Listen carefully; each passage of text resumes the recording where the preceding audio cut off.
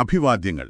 നമ്മളിന്ന് നോക്കുന്നത് ഈയിടെ സുപ്രീം കോടതി ഒരു തീർപ്പിലെത്തിയ മേഡ്പള്ളി കുടുംബത്തിലെ ഒരു സ്വത്ത് തർക്കമാണ്. 2025 INSC 879. അതെ, വർഷങ്ങളായിട്ട് നടന്നൊരു നിയമപോരാട്ടം. ഇതില് ഒരു രജിസ്റ്റർ ചെയ്ത വിൽപ്പത്രമുണ്ട്, പിന്നെ വാക്കാളുള്ള ഒരു കുടുംബക്രമീകരണം, പൂർവിക സ്വത്ത്, അങ്ങനെ പല കാര്യങ്ങളും വരുന്നുണ്ട്. നമുക്കിതൊന്ന് വിശദമായിട്ട് നോക്കാം, അല്ലേ? തീർച്ചയായും. ഈ കേസിന്റെ ഒരു നാളുവഴികൾ, പിന്നെ അതിലെ പ്രധാനപ്പെട്ട തെളിവുകൾ, കോടതികൾ എങ്ങനെയൊരു തീരുമാനത്തിലെത്തി, അതൊക്കെ നമുക്ക് ലളിതമായിട്ടൊന്ന് സംസാരിക്കാം. ശരി. പ്രത്യേകിച്ച് ആ രജിസ്റ്റർ ചെയ്ത വിൽപ്പത്രത്തിന്റെ കാര്യം, പിന്നെ വീട്ടുകാരുടെ മൊഴികൾ എങ്ങനെ കേസിനെ ബാധിച്ചു എന്നൊക്കെ. അപ്പോ കഥ തുടങ്ങുന്നത് മേഡ്പള്ളി രാമണ്ണയിൽ നിന്നാണ്. അദ്ദേഹത്തിന് ഏകദേശം ഒരു 18 ഏക്കർ ഭൂമിയുണ്ടായിരുന്നു. അത് മകൻ മേഡ്പള്ളി രാജണ്ണയ്ക്ക് കിട്ടി. ഈ രാജണ്ണയ്ക്ക് 2 ഭാര്യമാരുണ്ടായിരുന്നു. ശരിയാണ്.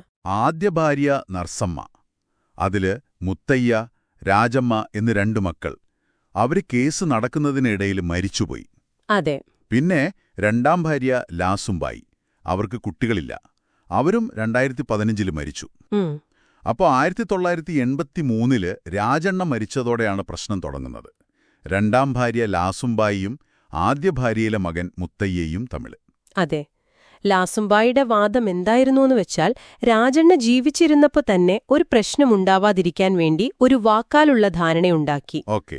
അതിന്റെ ഭാഗമായിട്ട് 1974 ഒരു വിൽപ്പത്രം രജിസ്റ്റർ ചെയ്തു.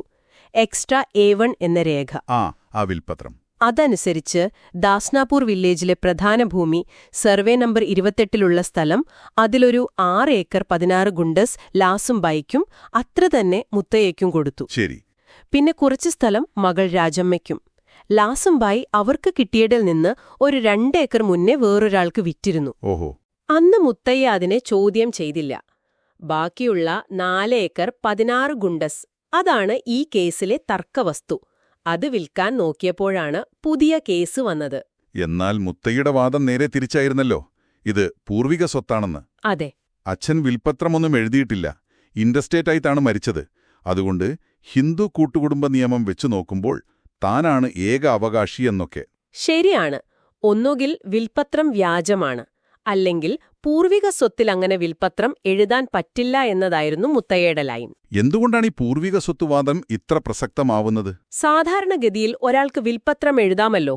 ഹിന്ദു നിയമത്തിൽ, പ്രത്യേകിച്ച് മിതാക്ഷര നിയമം പിന്തുടർന്നിടങ്ങളിൽ, പൂർവികമായി കിട്ടിയ കൂട്ടുകുടുംബ സ്വത്തിൽ ഒരംഗത്തിന്, കർത്താവിന് പോലും ഇഷ്ടം പോലെ വിൽപ്പത്രം എഴുതി കൊടുക്കാൻ ചില പരിമിതികളുണ്ട്.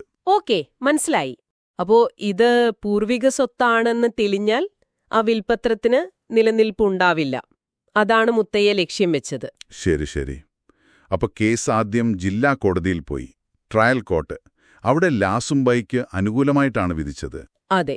കാരണം കോടതി പറഞ്ഞത് ആ വിൽപ്പത്രം യഥാർത്ഥമാണ്, ഒരു കുടുംബ ക്രമീകരണമുണ്ടായിരുന്നു എന്നൊക്കെയാണ്. അതിന് പ്രധാന കാരണം മുത്തയ്യയുടെ തന്നെ മൊഴികളാണ്. അതാണ് രസകരം. മുത്തയ്യ വിൽപ്പത്രത്തിലെ ഒപ്പ് അച്ഛന്റേതാണെന്ന് സമ്മതിച്ചോ? സമ്മതിച്ചു. കോടതിയിലത് സമ്മതിച്ചു. അതുപോലെ ഈ വിൽപ്പത്രത്തിൽ പറയുന്ന ഭാഗം ലാസുംബായുടെ കയ്യിലായിരുന്നെന്നും അവര് നേരത്തെ 2 ഏക്കർ വിറ്റ കാര്യം തനിക്ക് അറിയാമായിരുന്നെന്നും സമ്മതിച്ചു. ഓഹോ, അത് വലിയൊരു തിരിച്ചടിയായി കാണുമല്ലോ മുത്തയ്യയ്ക്ക്. തീർച്ചയായും. സ്വന്തം വാദത്തിന് വിരുദ്ധമായ കാര്യങ്ങൾ സമ്മതിക്കേണ്ടി വന്നു. പക്ഷേ ഹൈക്കോടതി വന്നപ്പോ വിധി മാറി. ഹൈക്കോടതി ഇത് പൂർവിക സ്വത്തായിട്ട് കണ്ടു. അതുകൊണ്ട് രാജണ്ണക്ക് അത് മുഴുവനായിട്ട് ഇഷ്ടദാനം കൊടുക്കാൻ, അല്ലെങ്കിൽ വിൽപ്പത്രം വഴി നൽകാൻ അധികാരമില്ലെന്ന് പറഞ്ഞു. എന്നിട്ട് ലാസുംബായിയുടെ വിഹിതം 4-1 കുറച്ചു, ബാക്കിയൊക്കെ മുത്തയ്യയ്ക്ക് കൊടുത്തു. എന്നിട്ട് സ്വത്ത് ഭാഗം വെക്കാൻ ഉത്തരവിട്ടു. അപ്പോ നേരെ വിപരീതമായ ഒരു വിധി. അതെ. അവസാനം കേസ് സുപ്രീം കോടതിയിലെത്തി. അതെ. അവിടെ എന്താണ് പ്രധാനമായും പരിഗണിച്ചത്? വീണ്ടും ആ വിൽപ്പത്രത്തിലേക്കാണോ ഫോക്കസ് പോയത്? കൃത്യമായി. സുപ്രീം കോടതി പ്രധാനമായും ഊന്നൽ കൊടുത്തത് ആ രജിസ്റ്റർ ചെയ്ത വിൽപ്പത്രത്തിനാണ്, എക്സ്റ്റെൻഡ് A1. ശരി. കോടതി പറഞ്ഞത്, ഒരു രജിസ്റ്റർ ചെയ്ത രേഖയ്ക്ക് നിയമപരമായിട്ടൊരു പ്രിസംപ്ഷൻ ഓഫ് ജെനുവിൻനെസ് ഉണ്ട്. അതായത് അത് ശരിയാണെന്ന് ഊഹിക്കാം. അതിന് ചോദ്യം ചെയ്യുന്ന ആൾ, ഇവിടെ മുത്തയ്യ, അത് വ്യാജമാണെന്നോ നിലനിൽക്കില്ലെന്നോ നല്ല ശക്തമായ തെളിവ് കൊടുക്കണം. പക്ഷേ മുത്തയ്യയുടെ മൊഴി തന്നെ എതിരായിരുന്നല്ലോ. അതെ. ആ ഒപ്പ് അച്ഛന്റേതാണെന്നുള്ള സമ്മതം വലിയൊരു ഘടകമായി. പിന്നെ റവന്യൂ രേഖകൾ, ഈ ഖസ്ര പഹാനികൾ എന്നൊക്കെ പറയുന്ന രേഖകളില് ഈ സ്ഥലം രാജണ്ണയുടെ പേരിൽ മാത്രമായിരുന്നു. അത് പ്രധാനമാണ്. കൂട്ടുകുടുംബത്തിന്റെ പേരിലല്ല. അതെ. അപ്പോ അത് അദ്ദേഹത്തിന്റെ സ്വന്തം ആർജിത സ്വത്തായി കണക്കാക്കാൻ ഒരു സാധ്യതയുണ്ടെന്ന് കോടതി കണ്ടു. മാത്രമല്ല, വിൽപത്രത്തിൽ സ്വത്ത് വീതിച്ചത് നോക്കുമ്പോൾ ഏകദേശം ഒരു നീതിയുക്തമായിട്ടാണ്. മുത്തയ്യയ്ക്ക് തന്നെയാണ് ഒരു സിംഹഭാഗം കൊടുത്തിരിക്കുന്നത്. ശരിയാണ്. അപ്പോ ഇത് ലാസുംബായിയെ മാത്രം സഹായിക്കാൻ വേണ്ടി ഉണ്ടാക്കിയ ഒരു വ്യാജരേഖയാണെന്ന് പറയാൻ പറ്റില്ല എന്നും കോടതി നിരീക്ഷിച്ചു. അപ്പോ ഫലത്തിൽ സുപ്രീം കോടതി ഹൈക്കോടതിയുടെ വിധി തള്ളി. എന്നിട്ട് ട്രയൽ കോടതിയുടെ വിധി ശരിവെച്ചു. അതെ, ട്രയൽ കോടതിയുടെ വിധി പുനഃസ്ഥാപിച്ചു. അതായത് വിൽപത്രപ്രകാരം ലാസുംബായിക്ക് കിട്ടിയ ആ 4 ഏക്കർ 16 ഗുണ്ടസ് ഭൂമി അതിന്റെ പൂർണ്ണ അവകാശം അവർക്ക് തന്നെയാണെന്ന് സുപ്രീം കോടതി ഉറപ്പിച്ചു. ലാസുംബായിയുടെ ഭാഗത്തുനിന്നുള്ള അപ്പീൽ, സിവിൽ അപ്പീൽ നമ്പർ 5921, അത് അനുവദിച്ചു. അവരിൽ നിന്ന് സ്ഥലം വാങ്ങിയ ആളുടെ പ്രതിനിധികളും ആ അപ്പീലിൽ ഉണ്ടായിരുന്നു.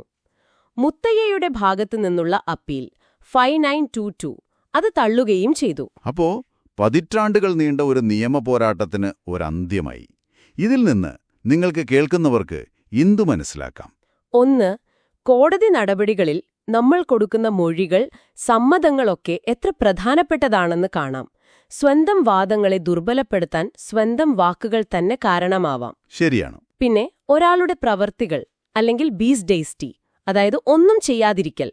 ഇവിടെ മുത്തയ്യ ലാസുംബായി ആദ്യം സ്ഥലം വിറ്റപ്പോൾ എതിർക്കാതിരുന്നത്, അത് പിന്നീട് അവർക്ക് തന്നെ വിനയായി മാറി. അത് ഒരു തരത്തിൽ ലാസുംബായിയുടെ അവകാശത്തെ പരോക്ഷമായി അംഗീകരിക്കുന്നതിന് തുല്യമായി കോടതി കണ്ടു. അതെ. അപ്പോ നിങ്ങൾക്കായി ഒരു ചിന്ത കൂടി. രാജണ്ണയെപ്പോലെ കുടുംബസ്വത്ത് തർക്കങ്ങൾ ഒഴിവാക്കാൻ മുൻകൂട്ടി വിൽപത്രം പോലുള്ള കാര്യങ്ങൾ ചെയ്യുന്നത് നല്ലതാണ്. പക്ഷേ ഇവിടെ കണ്ട പോലെ അങ്ങനെ ഒരു രേഖയുണ്ടെങ്കിൽ പോലും തർക്കങ്ങൾ വരാം, കോടതി കയറേണ്ടി വരാം. എങ്കിലും ഒരു വ്യക്തമായ രേഖയെങ്കിലും ഉണ്ടെങ്കിൽ കാര്യങ്ങൾ കുറച്ചുകൂടി എളുപ്പമായനെ, അല്ലേ? ഒരു വ്യക്തത എന്തായാലും അത് നൽകും. തർക്കങ്ങൾ പൂർണ്ണമായി ഒഴിവാക്കാൻ പറ്റുമോ എന്ന് പറയാൻ പറ്റില്ല. ശരിയാണ്. എന്തായാലും ഈ വിശകലനം നിങ്ങൾക്കുപകാരപ്രദമായി എന്ന് കരുതുന്നു. അടുത്ത ഒരു വിഷയവുമായി വീണ്ടും കാണാം.